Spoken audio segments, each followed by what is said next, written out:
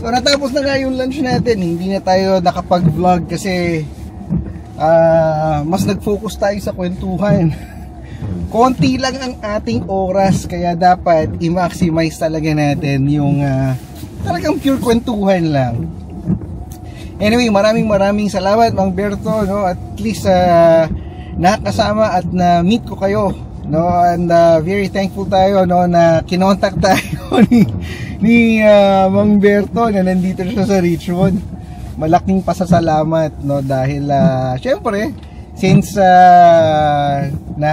nakita niya rin tayo sa YouTube, malaking bagay yung mga ganyan na yung mga kasama natin sa YouTube space nagkakasama-sama, no, nagkakakwentuhan, konti-konting banding.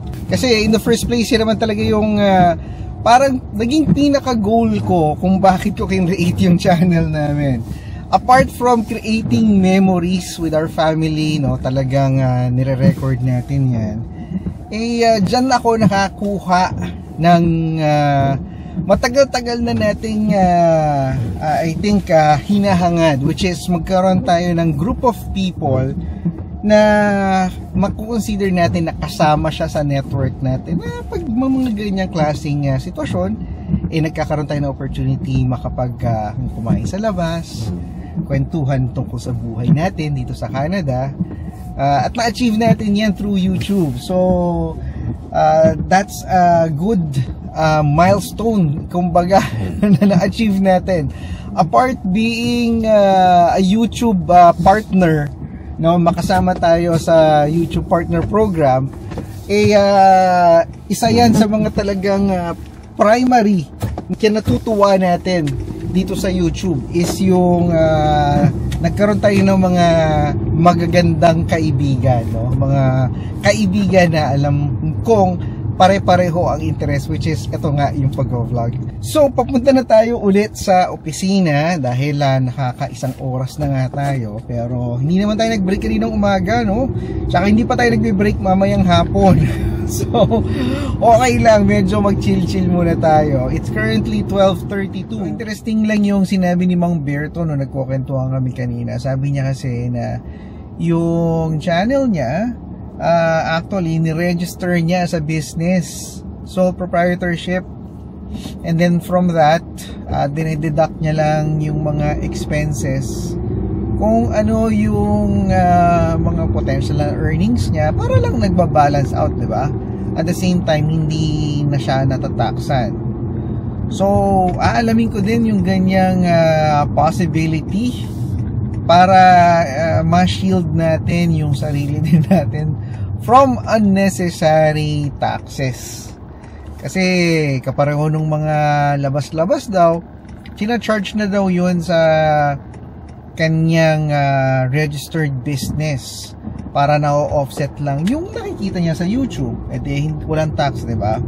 Magandang strategy yun, and as a matter of fact, no, that's a good approach para ma-shield mo yung sarili mo from getting tax through a business na ang nangyayari lang kung ano man yung pumapasok na income dyan sa business na yan would be your income, would be the expenses. Itatapatan mo lang siya ng expenses na income na incur mo for the entire year. So very productive din ang pagkukwentuhan namin. Hindi lang naman puro chismis. Hindi naman kami nagchismisan. Ang pinagkwentuhan talaga namin really is yung buhay namin dito sa Canada. How different it is from my life dito sa Canada, and how is it different sa kanilang lugar. Kasi nga sa kanilang lugar, I believe nagma-minus 30. Malamig yun, ha? Dito hindi naman umaabot ng gano'n. Ang parang pinaka-coldest so far, na naabutan ko, minus 21, which is yung makikita nyo dyan sa thumbnail na nasa screen nyo, no? Kung hindi nyo pa napapanood yun, check out that video para malaman nyo ano ba yung naging experience namin being a resident of Richmond, Vancouver. Ano ba, gaano ba kahirap ano ba yung mga na potential na ma-experience nyo pag nagkaroon ng ganyang weather dito sa lugar namin. So, yun. Drained na naman tayo. Pero at least Friday at tumigil na yung ulan. Kanina, parang aantukin ka eh. After namin kumain ni Mang Bilko sa Gami Sushi. Kasi maulan, tapos malamig. Pagdating mo, busog ka. Aantukin ka talaga. Sinecheck ko lang yung mailbox namin, wala pa rin laman. Kasi nga, Canada Post is still on strike. Ay nako. Ito nga pala yung kinakabit sa elevator. Shield siya actually. So, kung magbabayad ka ng egress fee or egress, ingress or egress, ingress is pagpapasok ka, egress is paglalabas ka. Ito yung bali na binabayaran mo. Nilalagay yan ng maintenance ng building para hindi mo ma-damage yung walls. Ang sabi nga pala nung pinuntahan natin na yung resident na mag-move out, yung kinuhaan natin ng chairs. We can get daw the chairs next week, Tuesday. Ngayon, ang problema, hindi natin alam kung saan natin ilalagay yung mga upuan na yun. Wala tayong lugar. Yun, so nakabenta na naman tayo. Kasi nga, we're trying to dispose yung mga gamit na talagang hindi na namin balak dalhin pa sa kabilang bahay na lilipatan namin. So, good thing na lang na merong nag-message at meron na namang interesado sa ating listing. Kaya ito tayo, bababa, para ibigay yung item. So, yeah, may pera talaga sa pagde-dispose. Tsatsagain mo lang talaga yung pag-post mo ng item and then yung pagtsatsaga sa pag-respond sa mga inquiries. Pero, meron namang reward na makukuha. Isa na namang pangarap ang natupad natin. Akala mo, ano tawag dito? Parang wish ko lang na show eh. Good morning. Nandito tayo sa Price Mart. Bigla ang grocery errand. Dahil nakaligtaan namin bumili ng bigas last time. So wala na tayong bigas. Para ko lang mapakita sa inyo magkano na ba ang ano yan? Lobster flavor. Gusto ko lang mapakita sa inyo magkano ba ang presyo ng bigas ngayon. You guys want buko juice? Sige please. Buko juice. Ano yung binibili mo dati?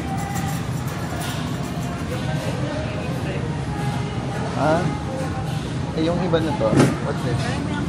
No added sugar. 3.29, mas mura. Buko juice. Ilan? Isa pa. Tatlo ba? Bali si Calvin kanina, nagpagupit siya. Good thing na lang. Kay Melissa ba galing yung coupon? Thank you kay Melissa dahil nakakuha kami ng Great Clips coupon. Malaking bagay din yun. Mga $3 din siguro yun. Mamaya pakita ko sa inyo yung presyo ng bigas. Currently. Ano? Hindi ko yung post. Kung binigyan mo nila mami bili mo na. Ha? Let's get it. O yan o, ayan itong mga instant Korean ginseng tea. Marami pa kaming green tea eh. Bumili kami sa Costco yung malaking pack. Medyo madami-dami pang inuman yun eh, bago maubos. Nakabili ka ba ng luncheon meat ng na chicken? Hindi ko pa natitikwan yun eh. Fast ka kasi ng fast. Oo nga. Kailangan eh. Yan, tayo dito sa Filipino aisle. Lucky me. Talaga mga noodles ng Pinoy. Uy, nabuhay si Mang Tomas. Meron na ulit Mang Tomas. Dati wala na yun eh. Tinanggal kasi nga daw may parang carcinogen na content as part of the ingredients. Wala dyan eh. Hindi yan yung Di ba? Ay, oo yan. Yan. Spicy. Akala ko gusto ni Daddy yung garlic. Gusto ko spice. Sige. Grabe yung chicharon. $2.99. Dati $1 lang More yun. $2.39. Ay, ibang brand. Ibang brand yun. Kuha ka kaya. Dalawahin natin yung green. Doon na tayo sa kabilang aisle, yung rice. Ayan, para makita nyo. Meron pa kaya binibentang spot prawn? Meron, ayun o. Oh, meron pang spot Parang prawn. mahal na. Oh, $28.99 per pound. Tapos na kasi yung ano eh, Ito yung tingin natin ata. season. $19. Anong size niyan? Ayun o, tingnan nyo yung 8 presyo. kilos. Yan ba yung usual natin? Parang maliit atang 8 kilos. Itong mga ganito, ano to? Sun Moon, Jasmine. Saan kaya gawa to? Yeah, but it's $16.99. Parang may mga Thailand. Okay. Ano? Thailand. Nakasulat sa harap, product of Thailand. Oh, so okay sa ito? Jasmine bang kinukuha natin? Uy, ito siya ron. Ay. Kamaduro. Yeah, yung iba $32 oh. Ano bang presyo ng ibang kinukuha natin? Ano tong may free? Oh, we have 3D. Ah. Oh, madami yung yung Japanese rice natin. $18.99. I don't want the sushi. I want not eat a lot of Jasmine na lang. May malaki din pala eh. Sa bagay, maglilipat kasi tayo, mabuti ng konti lang yung rice. Bawi na lang tayo pag andun na para hindi na natin bibit-bitin sa paglipat natin. Ayan. Anong oras na ba ngayon? Ayan natin. 10:28 in the morning. Sa meat ba? May kailangan ka? baka. Meron kang meat. Hindi ko pa na-inventaryo. Nag-uubos na ako. Baka next week mapapunta na naman tayo sa grocery para makaiwas ka na. Gagawa ko ng spaghetti na lang. Sige. O dito mga samgyup. $4 off. Prepare tonight. Mga pang hot pot yan eh, di ba? Tsaka samgyup. Yung beef pepper lunch. Ah, yung pepper lunch ba yan? Wag na. Meron kang kumain. Sige. Kailangan ito ng gulay ata. Parang Gulay? Wala, ang gulay natin yan. Parang i-order mo na lang. Mga pinakbit. Uy, mura to ngayon ah. Yung ribs. $8.99 no? Dati, ano yan? 12 and 15 yan dun sa ano, Superstore.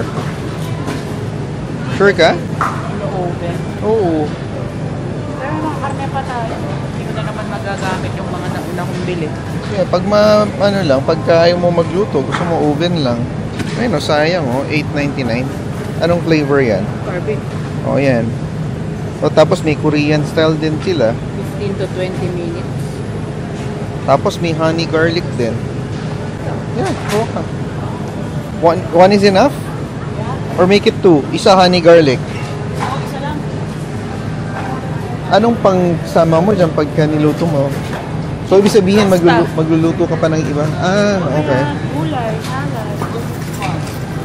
Kuha tayo ng isang salad bag. Kasi isang slab, isang slab. Eh, may ano, 20 for 20. Ano yun? Yung app, ano, 4 for 20. Oh, yan, may promo sila. Isa pala nakuha ko na 20 for 20. Kaya mo, wala tayo pa ko. Ito, itong mga to. Taba? Oo nga, mataba. Pork chop, marami pang pork chop. No, this one. What's this? Beef. Matigas. Hindi mo ba siya pwedeng gawin sa ano, parang pang stir fry? Ito pa eh. Chicken pa nga tayo. Hindi ko natikman yung ano, ginawa mong ano, turbo chicken. Meron pa tayong ganitong chicken. Ilang piraso? Ganito, parang ganyang tongga yan. Family pack? Ah, value pack? You have hot dog pa, no? Isang damakmak. Walang tosino? Yan yung ganito lang binili mo? Bawal sa atin Hindi, yan. gawa ni Mami yun na lang ganito. Ah, Salad. okay. Salad. Ay, bigyan mo sila ng popcorn. Sino? Sila, Popcorners. Gusto daw ito nila Clark tsaka ni Mami. Kano kinuha mong salad?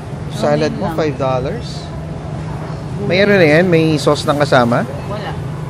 So ikaw pa magko-provide? Meron tayo kasi. Kaya hindi na ako muna ng set. Grabe, gulay lang binili mo. $5.49.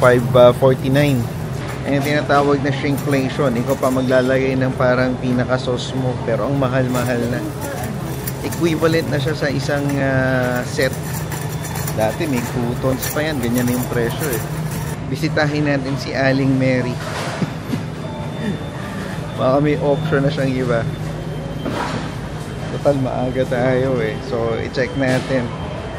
Ayun, may stock. May stock sila. Eto. Kuha tayo nung kinukuha nila. Crunchy garlic peanuts. Pero itong isa, parang maanghang. Ito ba spicy. Ayaw natin yung spicy nila eh. Tanyo, isang piraso na lang tong yung may balat. $4 pala to. $4.19. Ayan, kuha tayo. Kut-kutin. Kuha tayo dalawa. Para lang may stock. Hindi naman natin bubukas lahat. Hanapin natin si Joyce. Malamang yung milk, kailangan din natin bumili. Mas mura to sa dito. Yes, $4.19. $4.59 to sa Superstore. sa TNT. Bibili ka ba ng hindi, yung chips doon natin bibili, no? May bikat kaya dito? Alamang wala. Kasi nasa Filipino aisle yun, hindi tayo nakita. Sa tindahan pagpunta natin. Milk. Meron tayong milk? Hindi, tinatanong, ikaw nagbibigay eh. Egg na lang. Egg. Ito, anong kailangan mong eggs? Isa lang? Saan na yung brown? Ito, free range?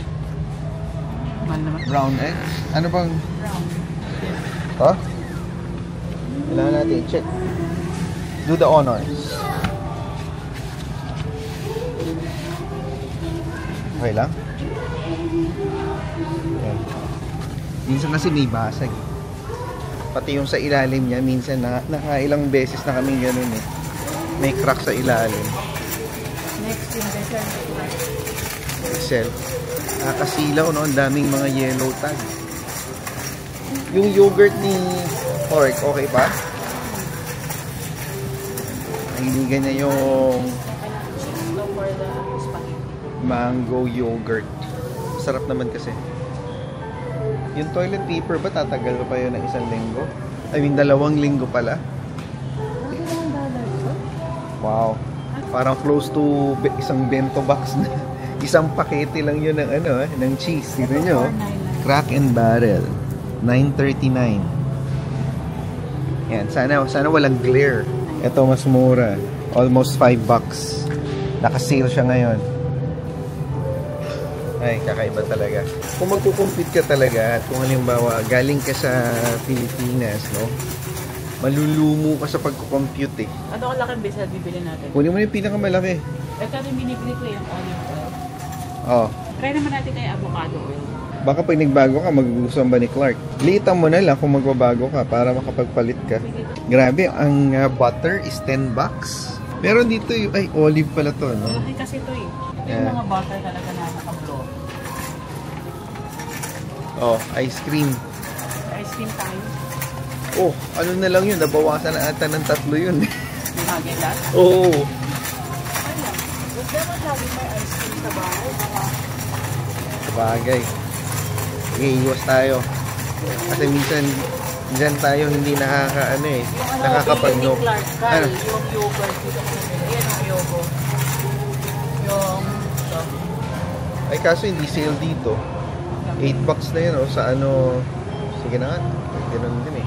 Para hindi mabawasan yung Häagen-Dazs. Ilang ko siya. Mas gusto niyo ba yung strawberry kaysa sa chocolate? Oo. May chocolate sa baba. Sabi niya gusto niya strawberry cheesecake. Oh, yan. Bayad na tayo? Pati yung nalo. Ayan, syempre, nandito naman tayo sa tindahan. Hindi tayo ng ulam. Ayan. Tingnan natin anong sinaserve nila ngayon. Hi, morning. Good morning. Check tayo. Meron tayo bikat dito.